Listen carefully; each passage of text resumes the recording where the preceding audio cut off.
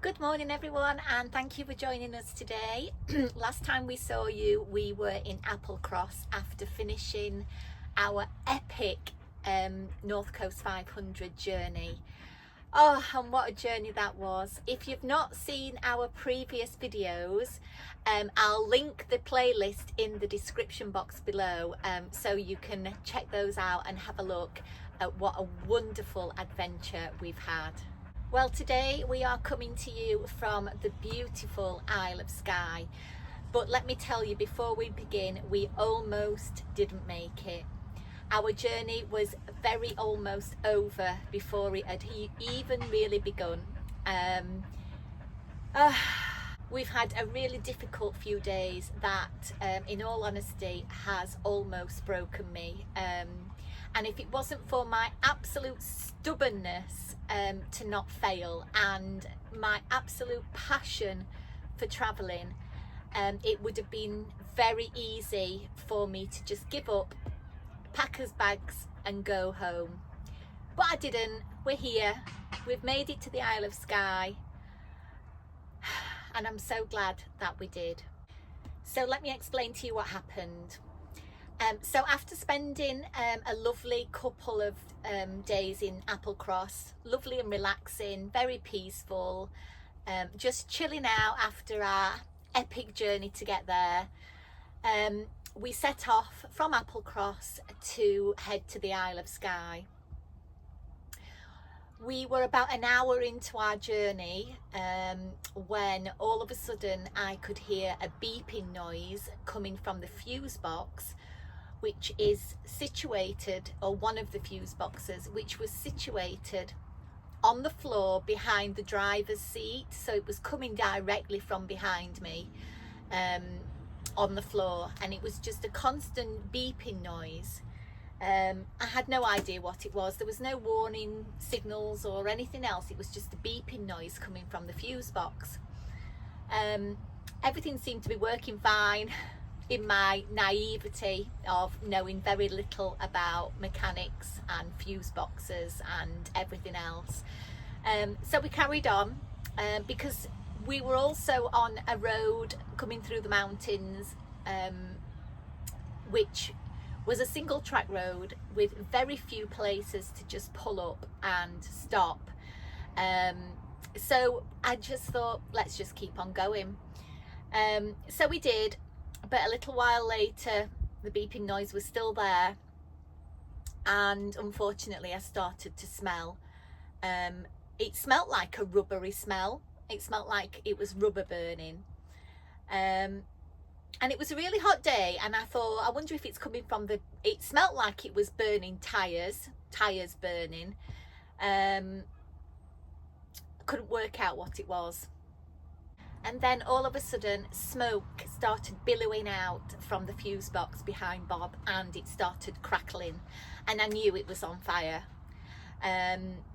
So I pulled over as quickly as I could, switched the engine off straight away, which seemed to help a little bit.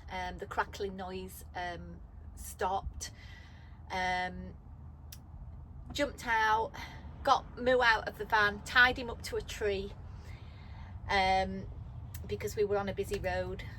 Tied him up to a tree, and then I'd managed to flag down a French couple who were passing by to see if they could help me, because I didn't know what was happening really, and I was really frightened that the whole lot was just going to go up in flames. Anyway, I had my pincers to hand, luckily, because I'd been using them for a job in Bob previously the last couple of days. So we managed to pull all the fuses out of the fuse box with the pincers, and then that seemed to help. The fire died down, and the crackling and the smoking and everything eventually stopped, and the fuse box cooled down. But wow, it was a really frightening experience, because all I could envision was Bob going up in flames and me losing absolutely everything. Yeah. Anyway, the French couple that I'd flagged down went on the merry way. Unfortunately, because I was in the middle of the mountains, in the middle of nowhere, I didn't have any signal on my phone or anything else. But the gentleman before he left had reassured me that because I'd now pulled out all the fuses out of the fuse box, that fuse box was now isolated, and it had cooled down. And when we switched the engine back on, the beeping noise and obviously everything else had stopped. So he said it was now safe to drive, to continue on my way. So I made the decision by looking at the map that the nearest small town or village or any place where I could find civilization was in Loch Carron, which was about 30 minutes drive from where I actually was. As I said, I had no phone signal or anything else, so I made the decision to drive over to Loch Carron to see if I could get help.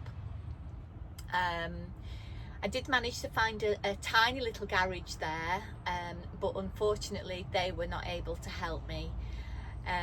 But they did reassure me that it was actually safe to drive, which put my mind at rest a lot, because I was still in two minds as to whether, you know, it really was, and whether the whole thing was just going to suddenly burst into flames. So that, yeah, they did reassure me. And once I'd weighed up all my options, they couldn't help me. The best option I decided was to go to the next major city, where I would be able to get help. And unfortunately the nearest major city where I could get help from a specialist motorhome place was all the way back in Inverness, where we'd first started, which was just over a 2-hour drive from Loch Carron. So, you know, I didn't really want to go back there. It was in the opposite direction to the way that I wanted to go. It was all the way back across the country to where we'd very first started our journey. But I didn't have an option. I'd managed to ring round. I'd got a phone signal once we got to Loch Carron, and I managed to ring a couple of motorhome places, and one of them told me he could fit me in for the following day to have a look at it. So I made the decision to drive back over to Inverness that night and get it looked at the following day. So that's what we did, and we ended up having to spend 5 days kicking our heels around Inverness whilst we were waiting for the new fuse box to be delivered, and for them to find the fault on what caused the fire in the first place, and obviously for them to fit the new fuse box and check out that everything was safe and everything else. So we spent an extra 5 days in Inverness, which wasn't too bad, and we had no facilities on board because we had no 12-volt system, so no running water, no fridge. Everything in my fridge was spoiled more or less because the fridge defrosted, and yeah, it was a bit of a nightmare. But we're here, we're safe, we're alive, and the mechanic at the motorhome specialist place said that we were really, really lucky. I'll insert a photograph actually of the fuse box, and you can see where it's all burnt out on one side, and all the plastic has melted and all the wires have melted. And he said we were really lucky that we acted as quickly as we did, got all the fuses out, because if not, the whole lot could have gone up in flames. So despite the setback and it costing me a lot of money that I didn't want to spend, we are now back on our journey, back to the plan that we had originally, and we have arrived on the beautiful Isle of Skye, and we have spent a beautiful absolutely fantastic week here.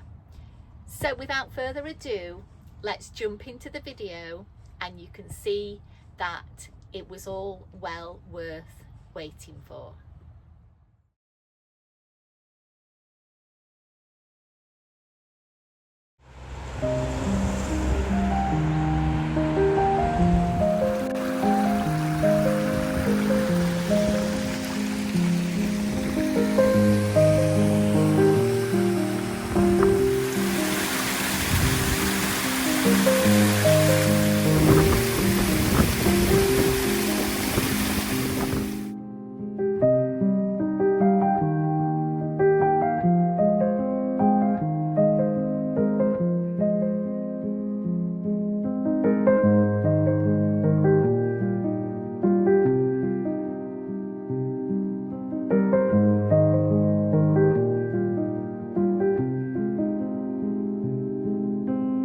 So after spending our first peaceful night overlooking the loch and the Old Man of Storr, it was time to go and explore it for ourselves.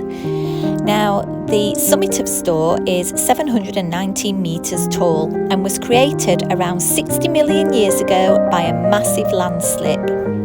Now, the Storr Trail uses the same path there and back, so it's very easy to navigate and covers a distance of about 3.8 kilometres, with the average time to complete the walk being just over an hour. And it's classed as a medium average difficulty.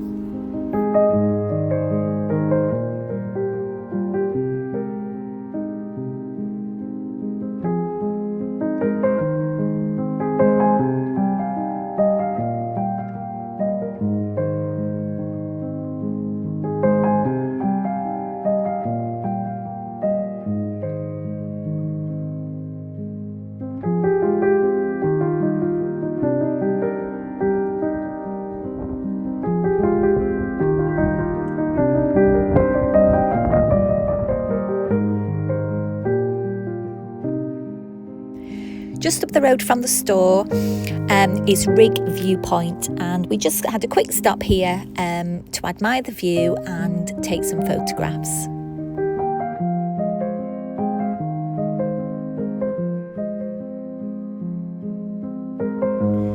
It was then on to Leet Falls, which was really nice, where we walked up to the viewpoint and then onto the falls viewing platform.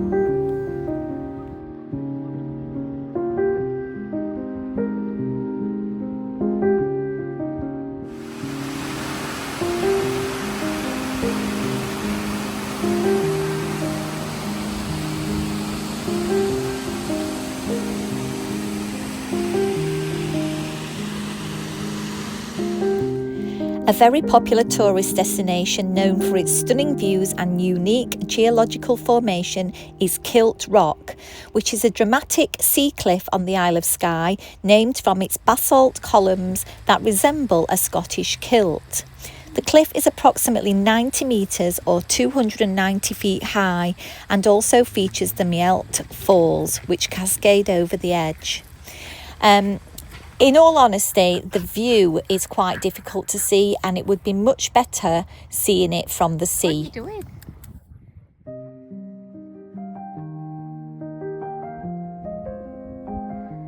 So just there in front of us is Staffin Harbour, and we're going to head down there, and then we're going to walk along up the beach a little bit to Alcaram Beach, where hopefully we'll see some dinosaur footprints. I'll let you know if we find them.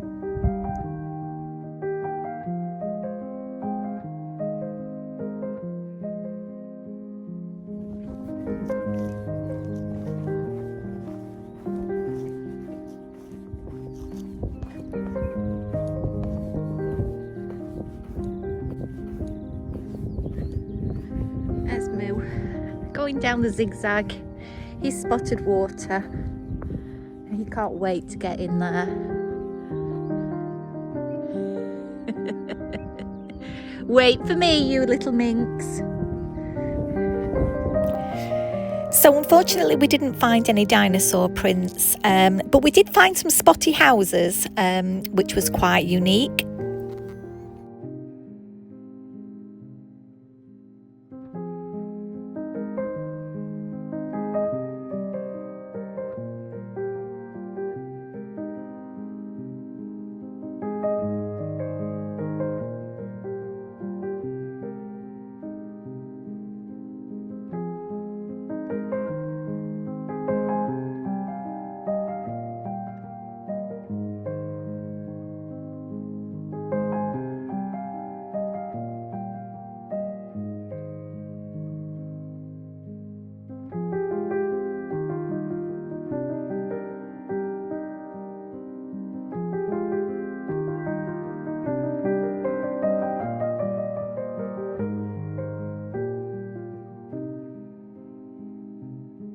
After visiting Duntulm Castle, we set off to visit the Skye Museum of Island Life, which I really enjoyed. There were 7 traditional crofters' houses to look in, and it was actually an original preserved village with loads of detailed information about the crofters' way of life on the island. Definitely well worth visiting.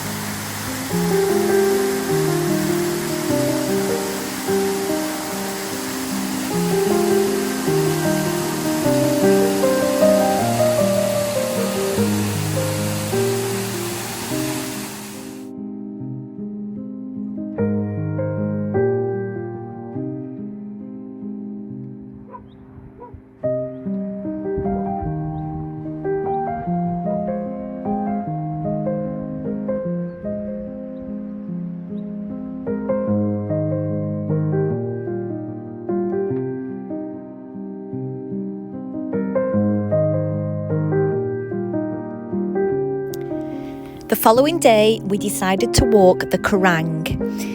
Unfortunately, in the morning, it was really foggy and misty, and we thought that we weren't going to be able to do it because there was no point walking up the Quiraing to not have any of the views. So we waited, and by about 1 p.m, the fog slowly cleared, and eventually we were able to start the walk. And I am so glad we waited because, as you can see, the views were breathtaking. In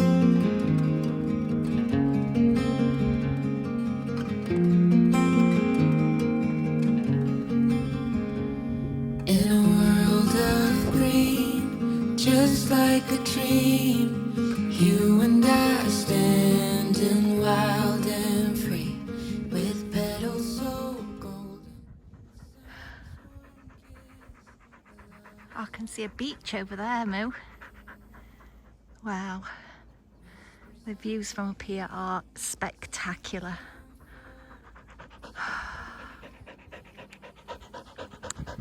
So we very nearly didn't do this today because it was so foggy this morning. You can still see little bits of the mist hanging around. And I thought there's no point coming all the way up here to not be able to see any views. So we waited and we waited and we waited. in the hope that the fog would lift. And it did. And wow, I'm so glad we waited and hung around, because this is just spectacular. It's turned out really warm actually.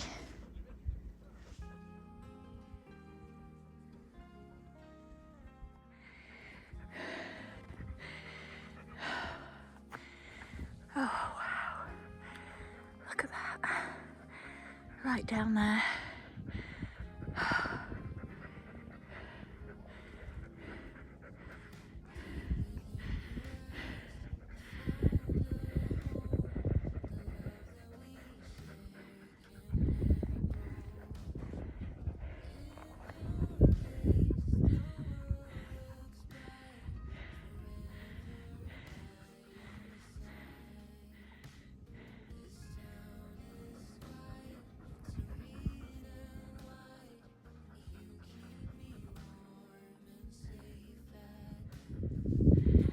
Wow, we are right up in the clouds now and still climbing.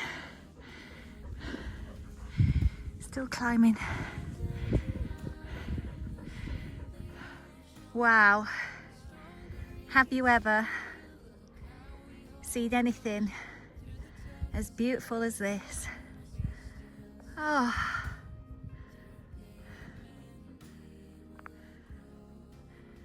it's just spectacular. That's where we've come from, on that bottom path, and we're now going up there onto the top of the ridge, where we'll get even more amazing views than this. Oh, beautiful.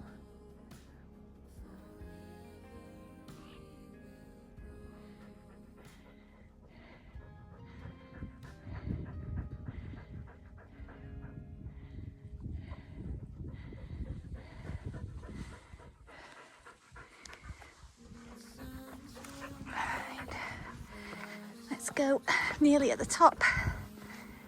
Come on, good boy. Oh gosh, it's turned out really warm.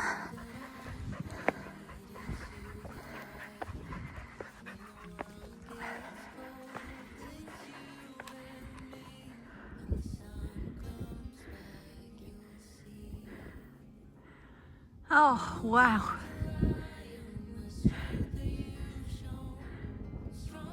It's making me a bit dizzy just looking down there at this sheer drop of it. And I know I've been higher than this because I've stood right at the top of Ben Nevis. But wow, this just seems much more spectacular. It's amazing.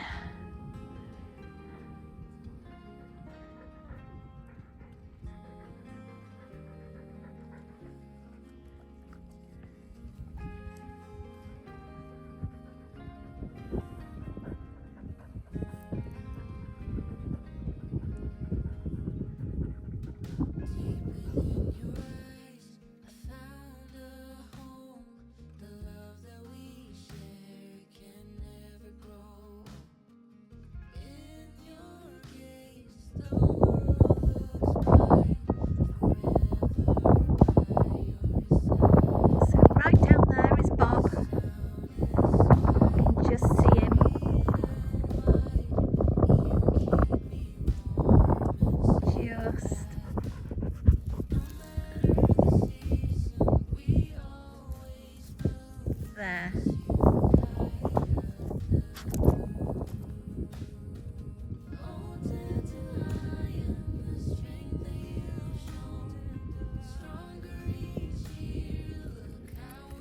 Got an itch, mate? Eh?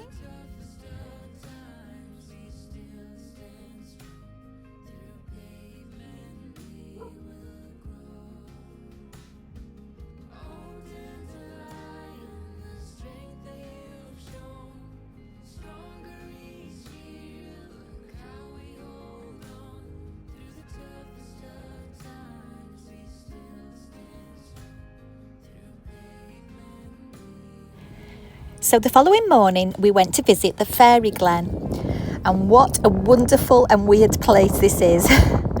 Described by some as a mini Quiraing, this small and magical feature of the island, dotted with gnarled rowan trees, was formed over 100,000 years ago by post-glacier landslides, while years of erosion and the elements have sculpted the sandstone into unusual patterns of cone-shaped craggy hillocks, random boulders, tranquil lochlands, and even a basalt castle.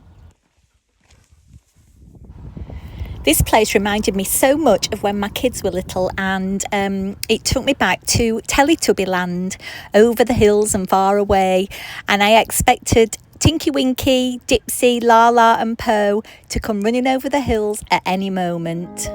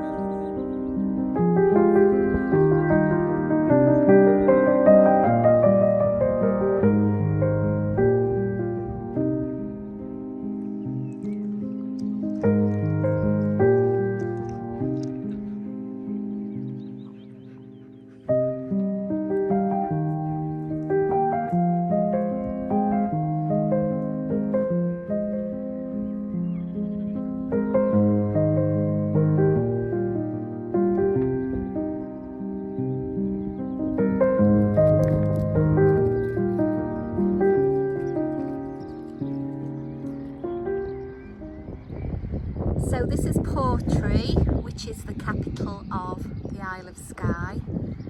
It's very busy, which is an instant turn off for me. I don't like busy.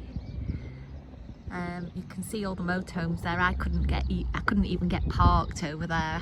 I've had to park outside Portree and walk in because it's just too busy. But we're down by the little harbour. We're just going to have a little wander through town just to see what it has to offer, and then we'll be getting out of here fairly quickly.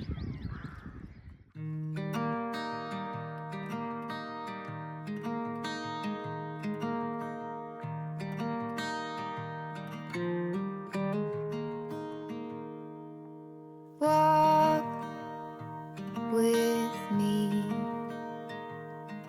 Let's leave the past behind. Walk with me. There's something else we need to find. Say you'll go, don't make me wait. There's no need to hesitate. Let's make footprints in the sand. Let's make miracles.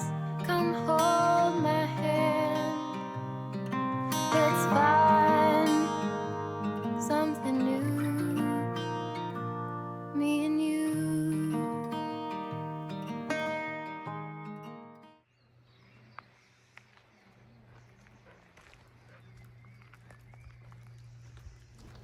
So my first impressions of Dunvegan Castle was how ugly looking it was. I guess I'd been spoilt by Dunrobin Castle, and it, I don't know, it just looked so ugly looking and grey, concrete. But the inside was much nicer than the outside, and the gardens were absolutely beautiful.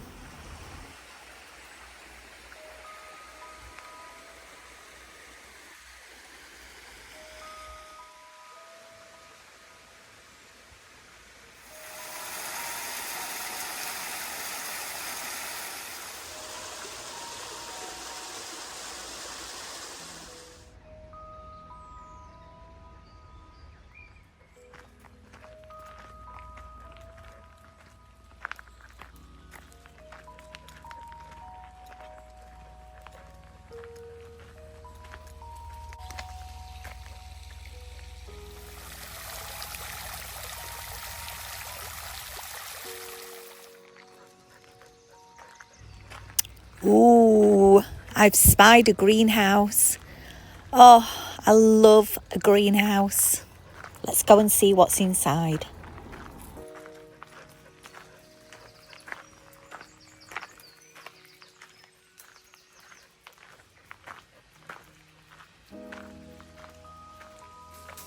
Wow, this is my dream greenhouse.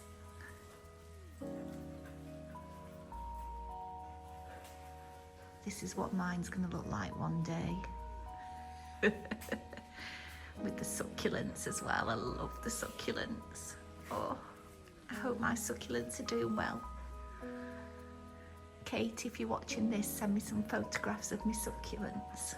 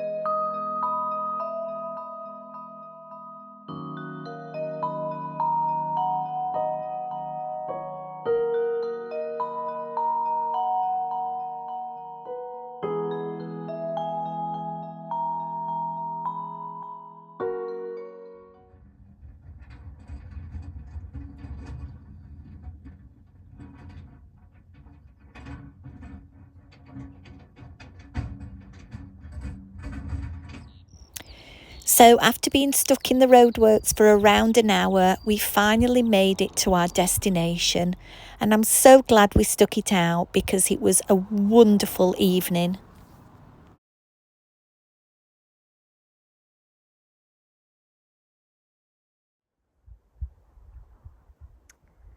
So here we are at beautiful Nice Point, and there's Nice Point Lighthouse, and it's such a beautiful, still, calm, gorgeous evening, and we're just watching the sun go down. What a beautiful sunset that is. And over there in the distance you can see the outer Hebrides. Simply perfect.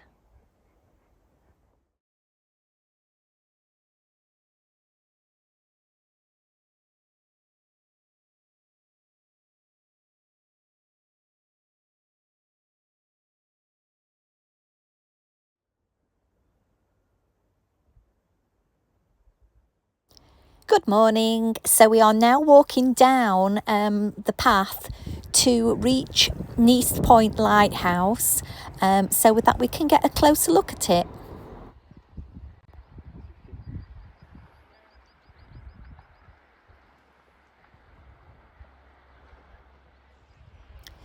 There's Bob, bless him, right up on the cliff top, overlooking the bay.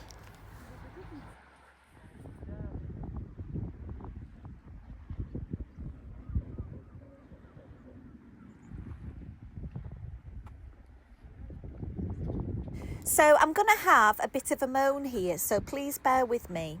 But stone stacking, whilst it seems like a harmless bit of fun, can actually negatively impact the environment in many ways. It can disrupt the ecosystems by disturbing the habitats of small animals and potentially leading to erosion and damage to delicate plants. Now, the way it does this is by moving the rocks in the first place, it can expose the soil underneath and disrupt the cool, humid environments where invertebrates and small reptiles and other creatures actually thrive. And also, I mean, rock stacks are ugly looking. They can deter from the natural beauty of a landscape. I mean, don't get me wrong, cairns have been used for a long time as navigation tools for hikers and walkers on the mountains. But misplaced rock stacks can confuse hikers and lead them off trail. And also, in some areas, rock stacks can be disrespectful to local cultures and historical sites. So the bottom line is, don't do it. Leave no trace, okay? And respect the natural beauty of a place and just enjoy the environment without ruining it.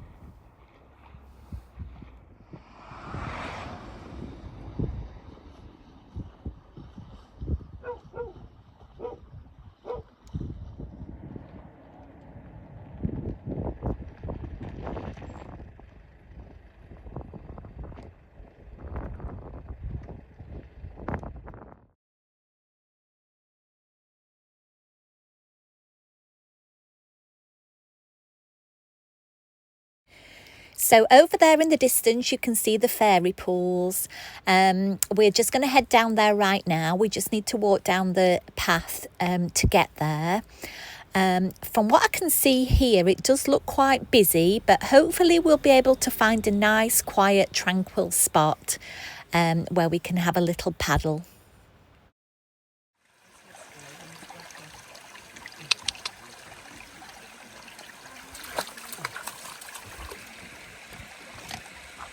Good boy.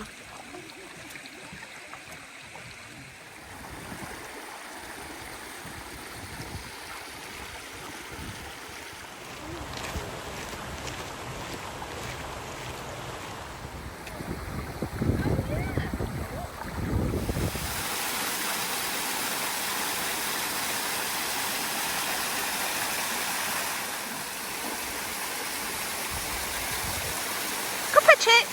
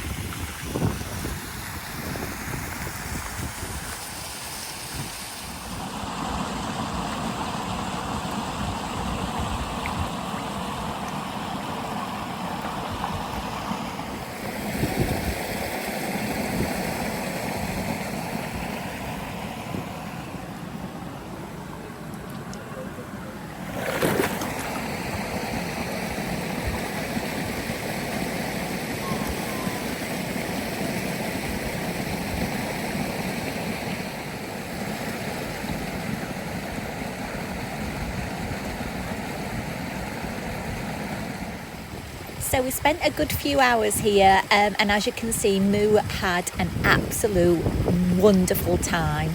I just couldn't get him out of the water, and I felt so cruel telling him it was time to go. I eventually managed to bribe him to come out of the water with the promise that more water would soon be here. And we went off to Slagacan Old Bridge and more waterfalls. The river and the waterfalls were a little bit dried up because of all the dry weather that we've been having. We've not had any rain at all. But Moo still enjoyed it. He still enjoyed having a paddle, and it was a really nice walk along the side of the river.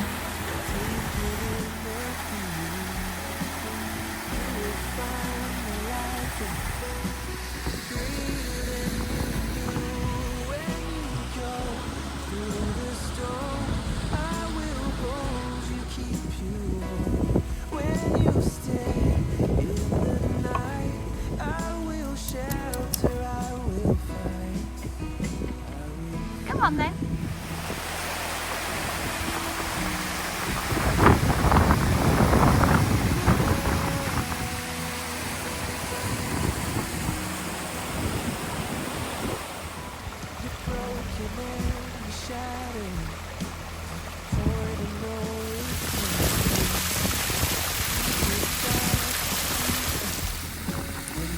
You're having a shower?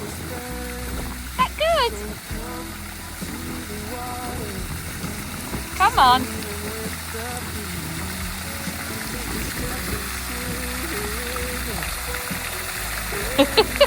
Come on, this way. But no, I'm enjoying my shower.